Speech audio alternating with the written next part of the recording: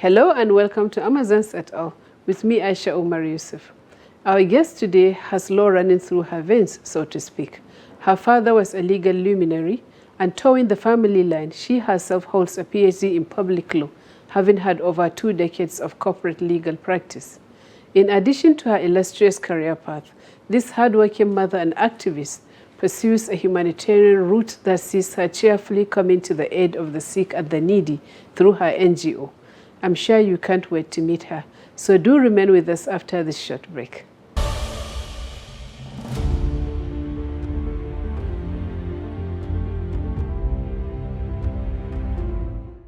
You're welcome to Amazons et al., Dr. Maryam Mohammed. Thank you very much. Between your work as a company secretary and legal advisor and all this other work you do as a humanitarian, you really have your hands full, I'm sure. Certainly. But what was it like years ago when you were a little girl growing up between Lagos and Kaduna? Tell us about your early life. Okay, I was born in Kaduna to a family of, I had 8 siblings and I was the 8th of 8. I was the youngest of them all.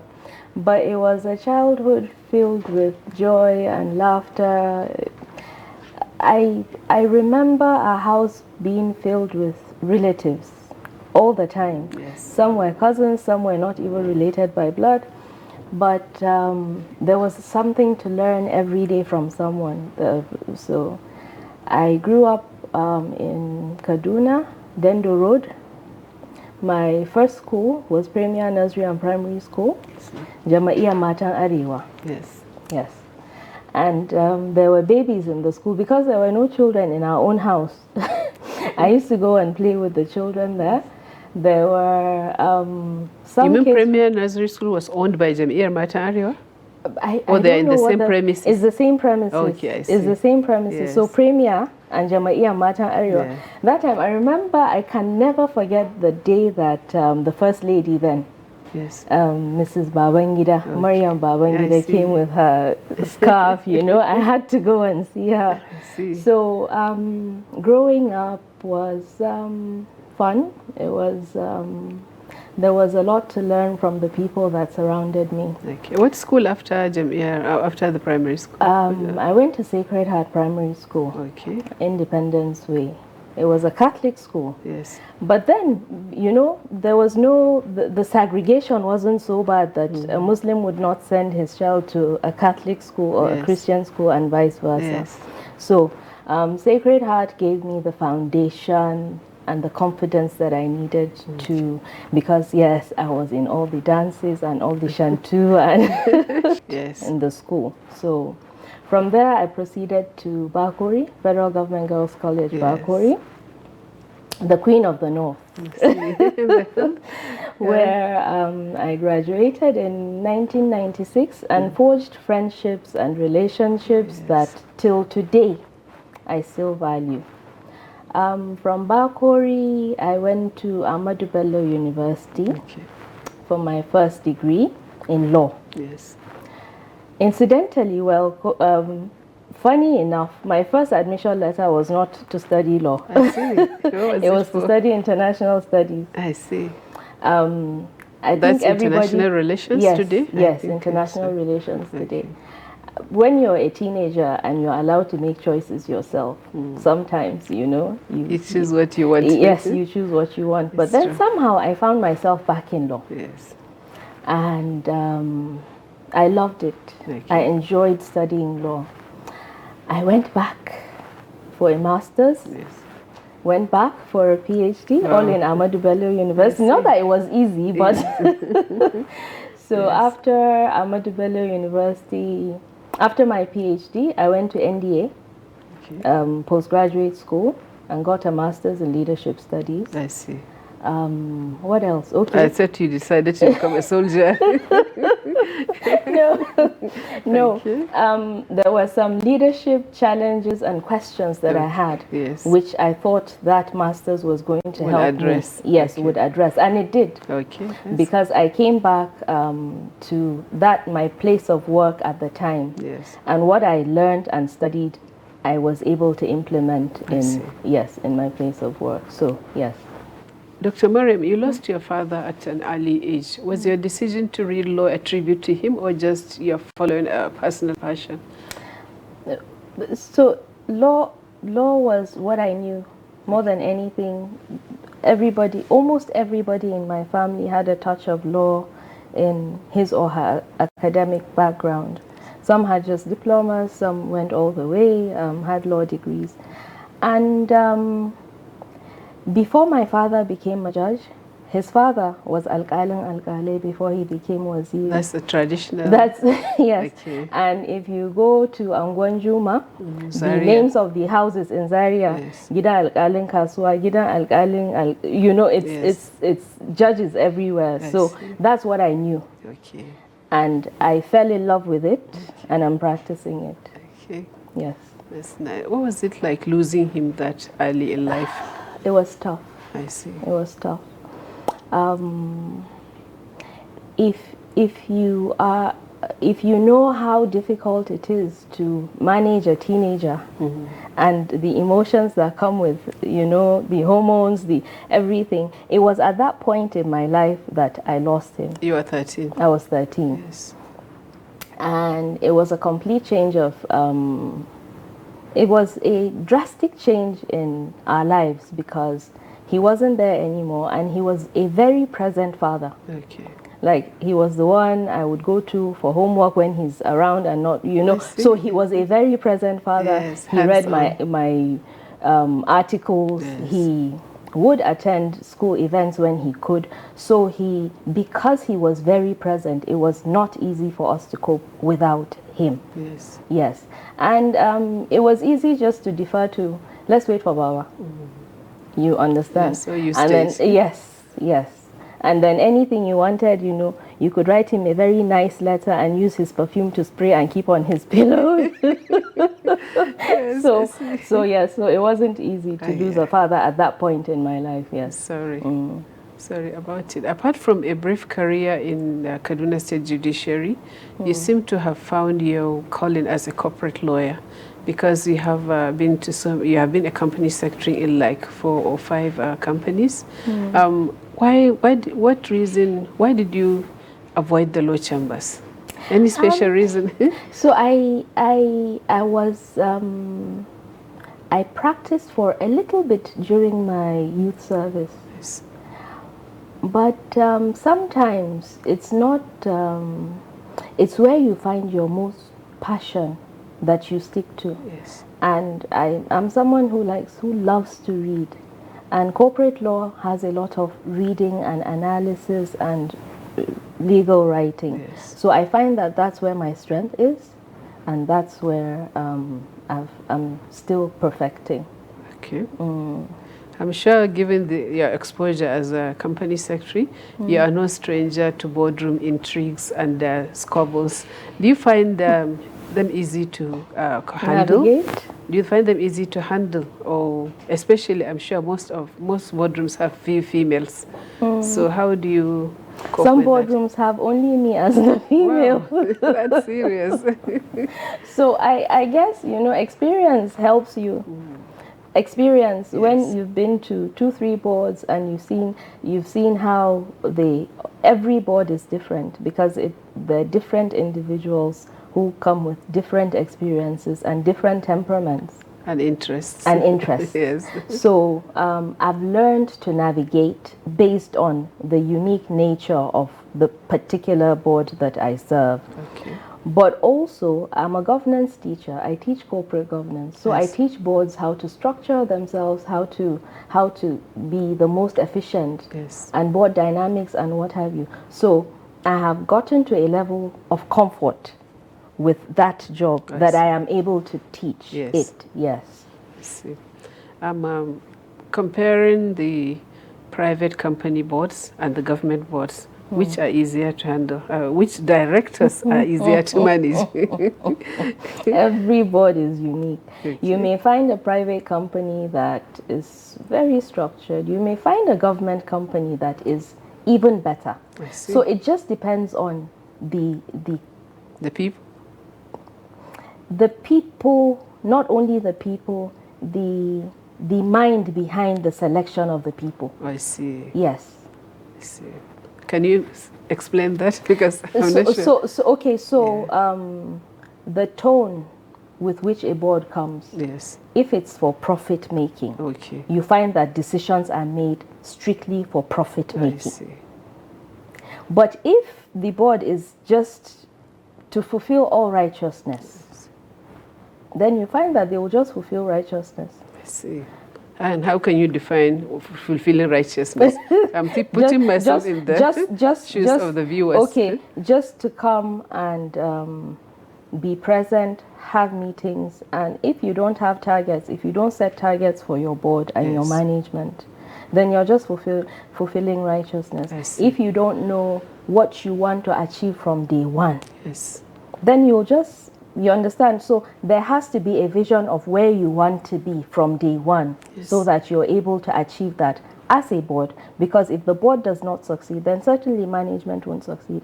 So by the time the board comes and delegates part of its authority to management, it should be clear what management is expected to do. I see. And then you hold management accountable, you give KPIs, you review those KPIs, you measure, you do your appraisal. What are KPIs? Yes. so it just depends. Key performance indicators. Those are KPIs. Yes. So from the MD down to by the time you give the MD his key performance indicators, it will trickle down. It will cascade. And then the board holds the management accountable. The board holds itself accountable by appraising itself to see what have we done right, what haven't we done achieved? Right. Yes. So, and by the time you have your strategic plan, you have your long-term and short-term goals, you measure it. They're not just documents you keep, and there's things that are living documents that you come back to from time to time. I see. Yes. Okay. Did you experience any male chauvinism, given that you said in some boards you are even the only female in some boardrooms? Would I call it chauvinism? Okay, so because most of the people I've worked with are so much older, you know, the first impression is small girl. This small girl, okay, I see.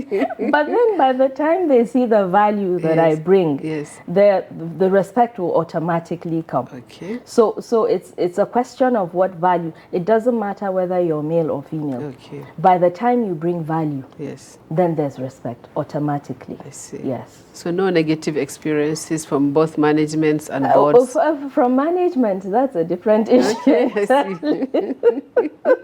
see. From management, that's a different issue entirely. But honestly, the boards that I have served have been very, very respectful of my position. Okay. Yes.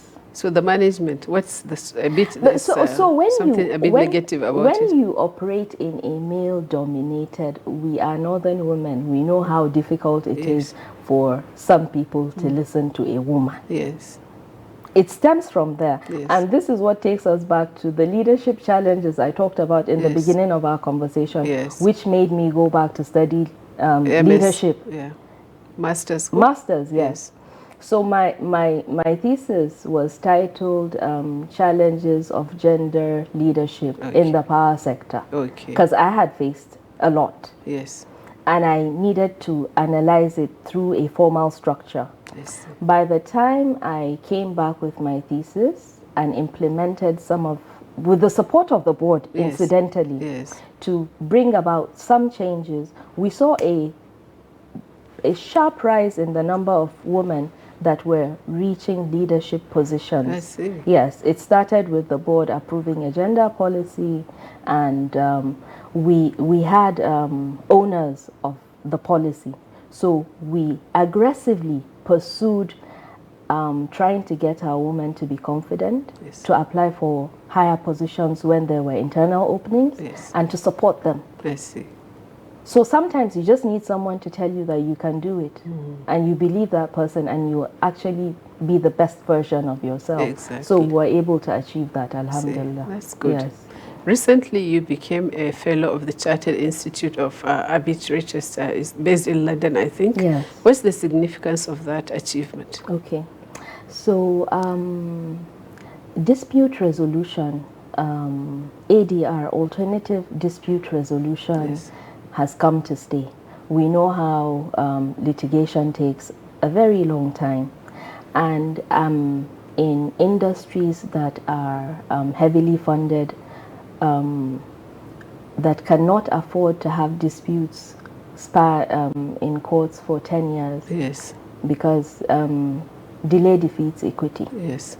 So arbitration is usually applied for commercial disputes. I see. When you go to arbitration, it starts from the arbitration clause arbitration agreement or clause that you insert in your agreement to say that if we have a dispute after doing ABC, we're going to resort to arbitration. I see. And it gives you a lot of flexibility because you are able to choose who your arbitrator is. And this arbitrator will be someone who certainly knows about your industry. Okay. And the technicalities of that industry. Yes. You get to choose the time and place.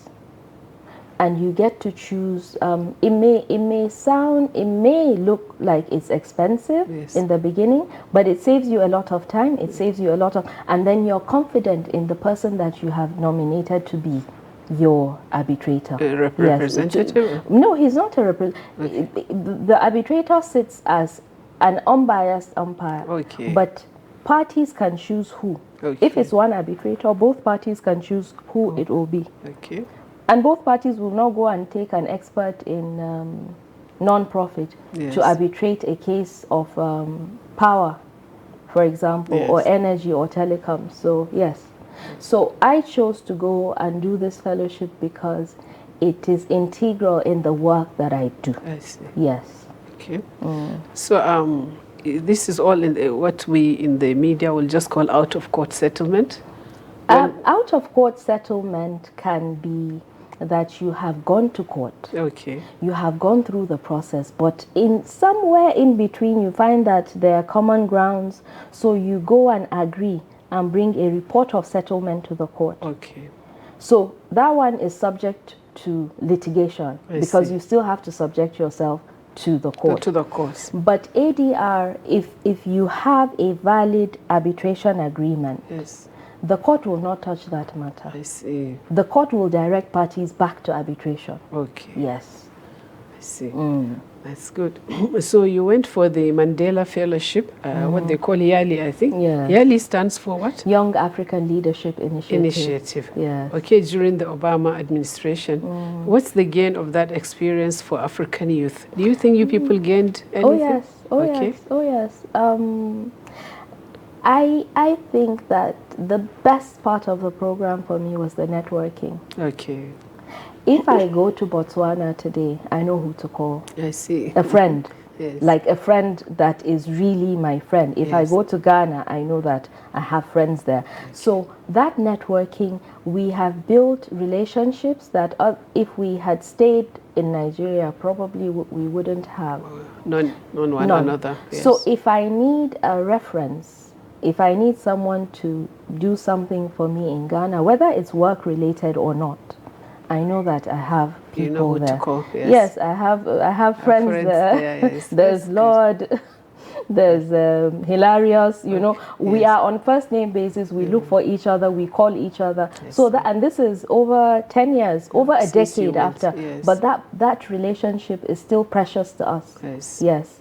The last time I was in UK, a friend, Ade, who was in the same school with me, took a train for over an hour to come and meet me at Heathrow just to say hello. And I was touched by it, you know. Sure. So yes, such things happen. Yes. Were you able to, was Mandela, was Obama present physically? Yes. That's good.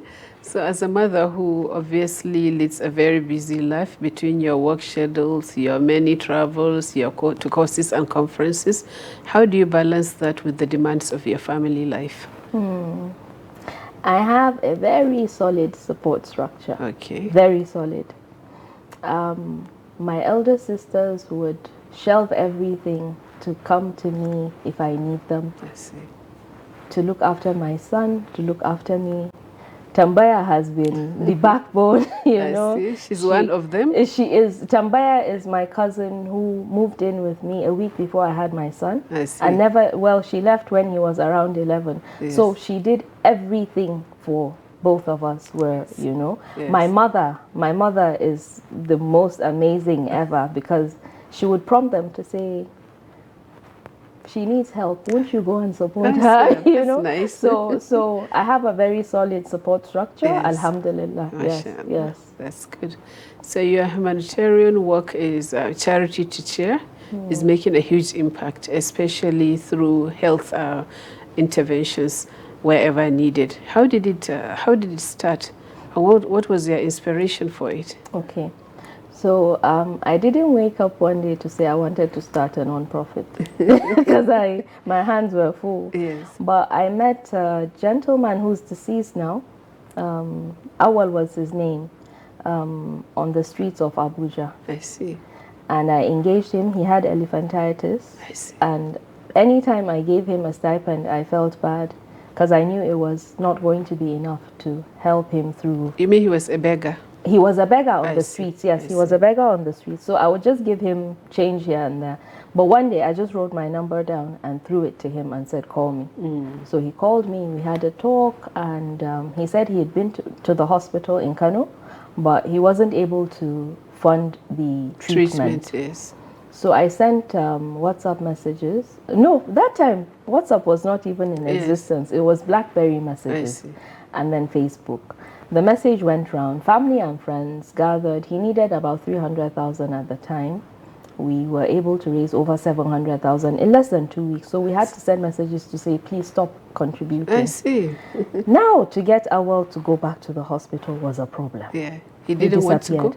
He wanted the money. Okay. He wanted the money, not the treatment. So I just brought everybody back together and said, okay, I need to pay you back your money, because the money was in my personal account. Yes. And except one person, everybody was like, no, we've already given it. Find someone else to help. So we found a cancer patient, Fuad. He's also deceased now. Yeah. We found him and sponsored his treatment. The group, I was like, okay, so the purpose for which we have come together has finished. Can we now? And everybody was like, no, no, no, let's stay together, let's help people. So I stopped putting my money in that account, and people just used to donate continuously, and then we would find people who needed help. It wasn't structured. It wasn't, nobody woke up to say, oh, we want to start this. So that's how it started. And after a while, we registered in 2014. And we've been together ever since. Sometimes we're doing 200 cataract surgeries. Sometimes we're quiet. We do Ramadan feeding. We've sunk boreholes. We've dug wells. We've treated patients. So basically, that's what we do. And we've been together for over a decade now. Wow, yes. That's great. Yes. So you're a member of many professional bodies within and outside the country. What value does membership of all those bodies bring to what you do? Are they worth it? I mean. Oh, certainly. Yeah. Certainly. Okay. If you want to walk far, walk. What's that saying again?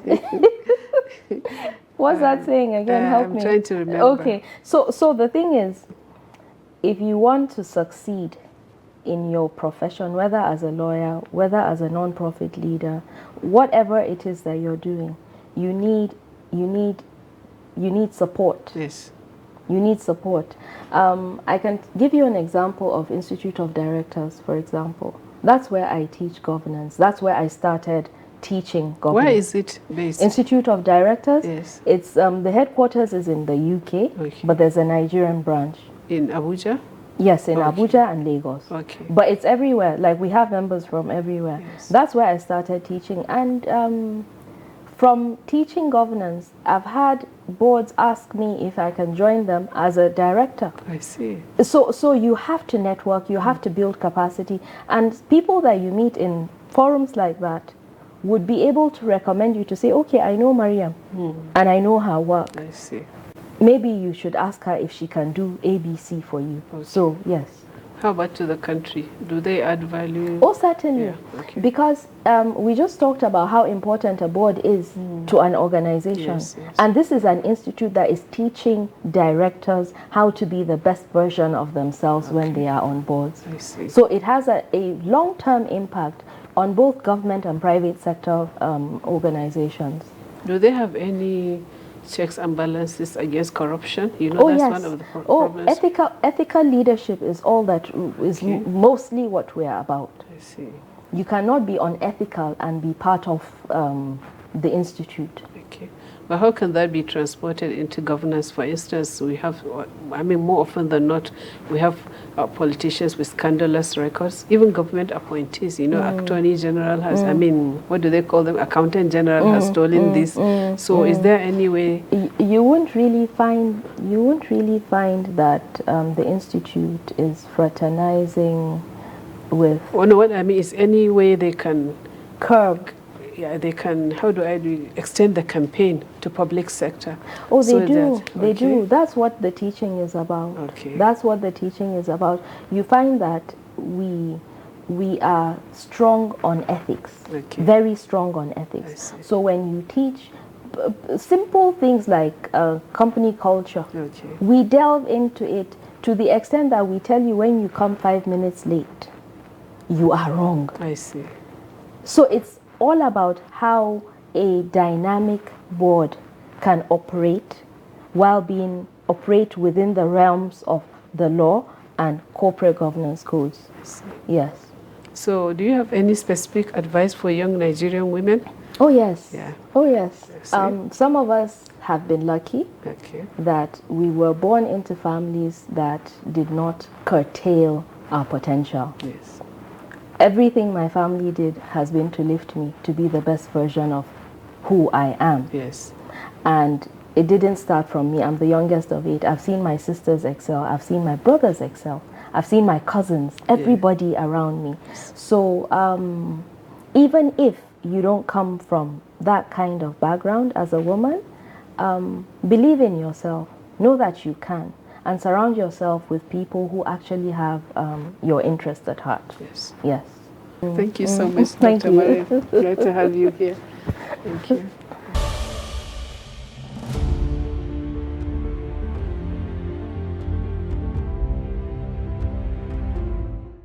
Thank you very much for being with us. It's been a nice 30 minutes with Dr. Maryam Mohammed, our Amazon for this week. Hope you'll be with us again next week to meet our new Amazon. Until then, have a great week.